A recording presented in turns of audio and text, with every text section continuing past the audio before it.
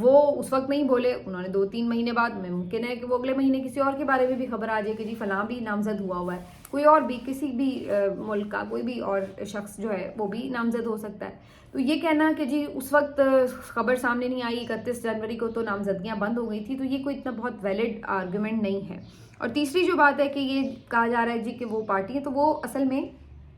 جو کمیٹی ہے Nobel price کی, وہ بیسیکلی نارویجین کمیٹی ہی ہے, وہیں پہ ان کا ایک پورا پروسیس ہے, اور انہی کے ان کا کلیم یہ ہے کہ انہی کے ایک نامینیٹر جو ہے اس کمیٹی کے, اس نے کنفرم کیا ہے, تو جس کے بعد ان لوگوں نے یہ اناؤنسمنٹ کی ہے, یہ اب ان کا کلیم ہے. تو بہرحال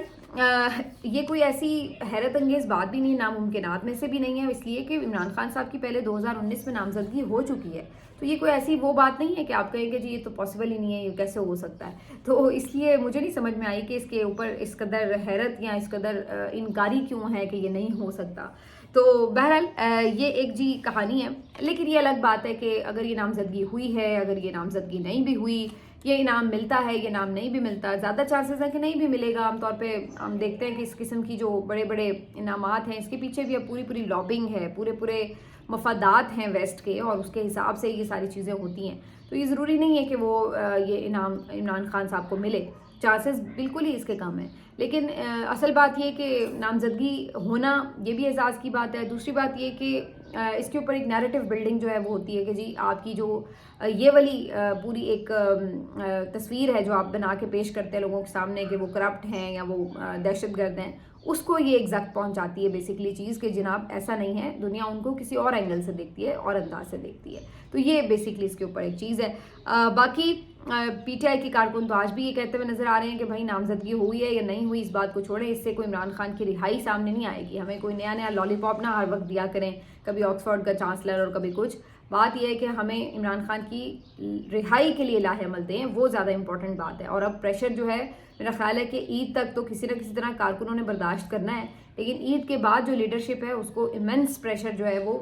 پی ٹی آئی کے سوشل میڈیا ایکٹیوسٹ کی طرف سے, گراؤنڈ ورکرز کی طرف سے برداشت کرنا پڑے گا, اور ان کو کچھ نہ کچھ اس سلسلے میں حتمی لاہ عمل دینا پڑے گا. اور یہ خبریں آ رہی ہیں کہ آنے والے دنوں میں اب اس کے اوپر ان کو مشاورت کرنی پڑے گی, اور کسی نہ کسی اسٹریٹجی کی طرف یہ لوگ جائیں گے اور اناؤنس بھی کریں گے, ورنہ تو کارکن ان کا خاصا جینا مشکل کر دیں گے. تو ان کے ساتھ پھر ہوگی ڈبل طریقے سے بری, کیونکہ ایک طرف یہ اسٹیبلشمنٹ کے نشانے پر تو ہیں ہی, وہ بھی ان کو تنگ کرتے رہتے ہیں, اور دوسری طرف پھر پی ٹی آئی کے لوگوں کا بھی اور کسی پہ بس نہیں چلے گا, تو وہ اپنی لیڈرشپ کے اوپر تو غصہ نکال ہی رہے ہیں. تو یہ بیچارے دونوں طرف سے ہی پس رہے ہوں گے, تو انہیں کچھ نہ کچھ لاہ عمل تو دینا پڑے گا. آج شیخ وقاص اکرم صاحب نے ایک پریس کانفرنس کی ہے, اور انہوں نے اچھی بات یہ کہ کافی دنوں سے یہ تنقید ہو رہی تھی کہ جو سوشل میڈیا ایکٹیوسٹ ہیں ان کے حوالے سے کوئی جو لیڈرشپ ہے وہ سوال نہیں اٹھا رہی, آواز نہیں اٹھا رہی. تو شیخ وقاص اکرم صاحب نے ایک ہفتہ پہلے بھی اس سلسلے میں ایک پریس کانفرنس کی تھی, اور اب انہوں نے ایک دفعہ پھر سے آواز اٹھائی ہے. ان کے 4-5 سوشل میڈیا ایکٹیوسٹ ہیں جن کو اٹھایا گیا اور کہیں پیش نہیں کیا گیا. حیدر سعید کو تو چلیے پیش کم از کم کر دیا گیا تھا, اب ان کو تو آگے جیل بھی بھیجا گیا, لیکن وہ کم از کم سامنے ہیں. لیکن یہ جو مسنگ پرسن بنائے گئے ہیں, یہ سوشل میڈیا ایکٹیوسٹ 4-5 لڑکے ہیں جن کو بھی ریسنٹلی اغوا کیا گیا, لیکن ان کے بارے میں کوئی خیر خبر نہیں ہے. اور ان کے بھی کیسز ہائی کورٹ میں لگے ہوئے تھے, لیکن اس کے اوپر ہائی کورٹ جو ہے وہ کوئی تیزی سے عمل درآمد کرتی نظر نہیں آ رہی, جس کی وجہ سے یہ بیچارے ابھی تک لاپتہ بھی ہیں اور ان کے حوالے سے کوئی خبر بھی نہیں ہے. تو آج شیخ وقاص اکرم صاحب نے اس کے اوپر آواز اٹھائی ہے, اور انہوں نے یہی سوال اٹھایا کہ انہیں عدالت میں کیوں پیش نہیں کیا جا رہا. بظاہر یہی لگتا ہے کہ ان کے خلاف کچھ ہے نہیں, اس لیے پیش نہیں کیا جا رہا. حیدر سعید کی تو پھر بھی انہیں کوئی ملا کے ایک ٹویٹ مل گئی تھی کہ چلو جی اس کے اوپر آپ نے پیکا کے تحت مقدمہ درج کر لیا, لیکن ان کی ایسی بھی کوئی ٹویٹ نہیں ہے, وہ کوئی بہت نون فیسز بھی نہیں ہیں, کوئی بہت بڑے بڑے اکاؤنٹ بھی نہیں ہیں ان کے, اور نہ ان کی طرف سے کوئی خاص ایسی چیز شیئر ہوئی ہے جس کے اوپر کوئی مقدمہ بنایا جا سکے. تو اس کا مقصد صرف اور صرف یہ لگتا ہے کہ آپ نے ایک میسج دینا ہے کہ جناب سوشل میڈیا پہ اگر آپ ایکٹیو ہیں تو آپ کو کسی بھی وقت کسی بھی وجہ سے اٹھایا جا سکتا ہے, بغیر کسی وجہ کے بھی اٹھایا جا سکتا ہے. تو یہ صرف ایک خوف پھیلانا اس کا مقصد ہو سکتا ہے, ورنہ اگر کسی نے کوئی غلط کام کیا ہے تو اس کے لیے آپ اس کو عدالت میں پیش کر سکتے ہیں, جیسے باقی کچھ لوگوں کو پیش کیا ہے. تو جہاں پر آپ عدالت میں پیش نہیں کرتے وہاں پہ یہ پتہ چلتا ہے کہ اس کے پیچھے مقصد جو ہے وہ صرف ہراساں کرنا ہی ہو سکتا ہے. تو آج شیخ وقاص اکرم صاحب نے اس کے اوپر آواز اٹھائی ہے اور کہا ہے کہ جی ان کو فوری طور پر عدالتوں میں پیش کیا جائے. ساتھ ہی ساتھ انہوں نے عمران خان صاحب سے جو ملاقات نہیں ہوئی اس کے اوپر بھی تنقید کی, اور کہا کہ عدالتوں کو چاہیے کہ اس معاملے پر اگر عمل درآمد نہیں کرا سکتے اپنے فیصلوں کے اوپر, تو پھر اس سے بہتر عدالتوں کو تالا لگا دیں. اور انہوں نے اعلان کیا کہ فرسٹ ورکنگ ڈے کو ہی جو عید کے بعد جیسی ہی عدالت کھلیں گی توہین عدالت کی کارروائی کے لیے جو درخواست ہے وہ دائر کر دی جائے گی.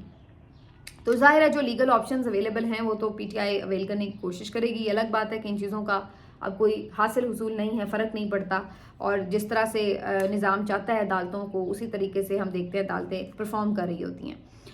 اب جی آ جاتے ہیں کہ احمد نورانی کے بھائیوں سے متعلق کیا خبر ہے جی. تو 7 اپریل تک ان کی جو کیس کی سماعت ہے ملتوی کی گئی ہے آفٹر عید, اور ٹھیک ٹھاک ہی مطلب لیٹ 10 دن کا ٹائم دے دیا گیا اداروں کو. تو یہ اب آپ اندازہ لگا لیجئے کہ صورتحال کیا ہے, اور ان کی بوڑھی والدہ جو ہے وہ کیا عید منائیں گی اور کس طرح ان کا یہ 10 دن کا وقت گزرے گا. یہ اب کوئی جواب اگر دے سکتا ہے تو ہمت کرے اور آگے جواب دے.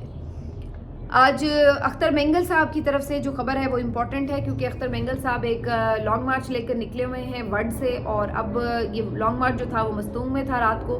پھر تھوڑی دیر کے لیے انہوں نے وہیں پر یہ اناؤنسمنٹ کی تھی کہ وہیں پہ وہ دھرنا دے رہے ہیں, اور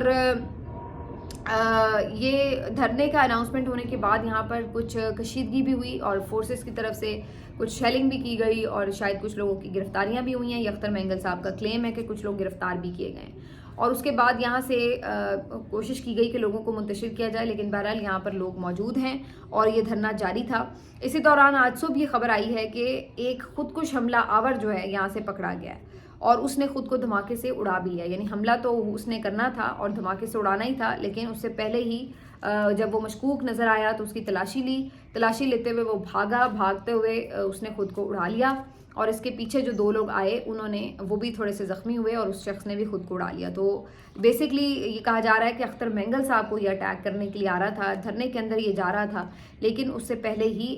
یہ آئیڈینٹیفائی ہو گیا جس کی وجہ سے بچت ہو سکی. تو یہ افسوسناک بہت مرحلہ ہو سکتا تھا, لیکن شکر ہے کہ اس میں بچت ہوئی ہے. لیکن یہ کہ اختر مینگل صاحب کی طرف سے یہ کہا گیا ہے کہ ہم پیچھے نہیں ہٹیں گے. اب تو ثناء اللہ جو بلوچ ہیں انہوں نے بھی اس دھرنے کو جوائن کیا ہے, پی ٹی آئی کی بھی اس کو حمایت حاصل ہے, اور پھر بلوچستان کے مختلف علاقوں میں چھوٹے بڑے جلسے جلوس, احتجاج, ریلیاں, مظاہرے بھی جاری ہیں, اور خواتین بڑی تعداد میں نکل رہی ہیں حیرت انگیز طور پر. تو بلوچستان کی جو کشیدگی ہے وہ برقرار ہے فی الحال, اور اس سلسلے میں ابھی تک کوئی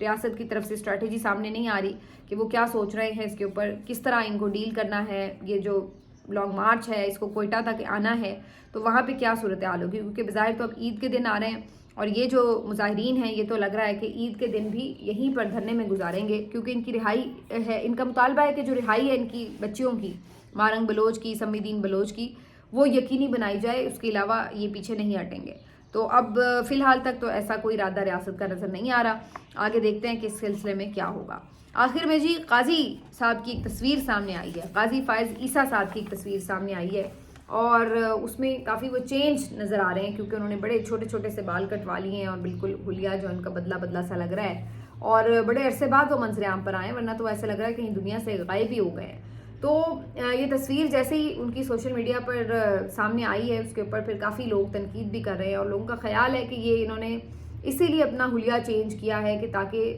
جب یہ باہر نکلیں تو لوگ فوری طور پر ان کو پہچاننے سے قاصر رہیں, کیونکہ ان کو اس بات کا شک ہے, ڈر ہے کہ اگر یہ باہر نکلیں گے لوگ انہیں پہچانیں گے تو پھر ان کے ساتھ وہی سلوک ہوگا جو یہ ڈیزرو کرتے ہیں,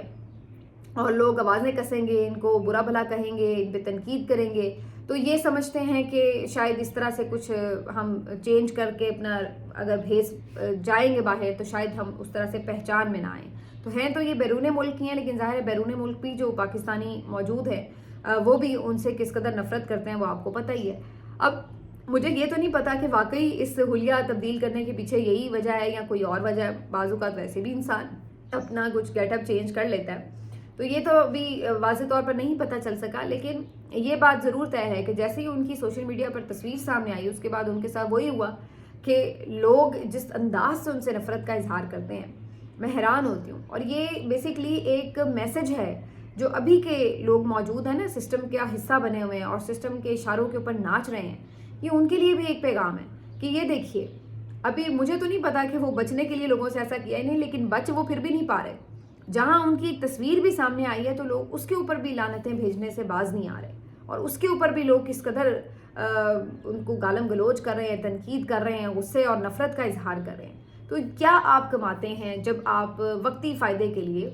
کوئی اس قسم کی حرکتیں کرتے ہیں، ظلم کا شکار کرتے ہیں لوگوں کو، اور ظالم کا ہاتھ بنتے ہیں، اس کا پاؤں بنتے ہیں، اس کا بازو بنتے ہیں، تو آپ بیسکلی اپنے لیے کیا کما رہے ہیں؟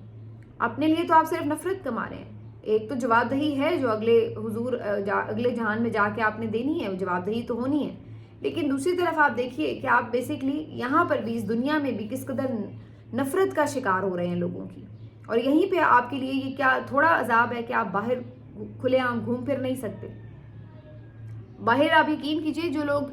حق کے ساتھ کھڑے ہیں، وہ میرے جیسا عام بندہ جس کی کوئی حیثیت ہی نہیں ہے اور میں نے تو کچھ کیا بھی نہیں ہے، مطلب میں تو کہیں پہ کوئی اسٹرگل میں میں نہیں سمجھتی کہ میرا کوئی کردار ہے، لیکن میں اگر 4 لوگوں میں چلی جاتی ہوں تو آپ یقین کریں میں حیران ہو جاتی ہوں کہ لوگ اتنی رسپیکٹ دیتے ہیں کہ آنکھوں میں آنسو آ جاتے ہیں کہ یار ہم تو یہ ڈیزرو ہی نہیں کرتے. لوگ اتنا پیار کرتے ہیں، اتنی رسپیکٹ دیتے ہیں. تو میں یہ سوچتی ہوں کہ یہ لوگ جو باہر نکلتے ہیں بچ بچا کے اور سوچتے ہیں کہ یار ہمیں لوگ اس طرح نہ کہیں، ان کے اوپر اس چیز کا کوئی اثر نہیں ہوتا کہ یار ہم نے کیا کمایا ہے. حیرت کی بات ہے کہ آپ لوگ اپنے ملک میں رہ نہیں سکتے، یہ آپ کی ٹوٹل کمائی ہے کہ آپ کو ڈر ہے کہ آپ باہر نکلیں گے تو لوگ کہیں ڈنڈے پتھر لے کے آپ کے اوپر حملہ آور نہ ہو جائے.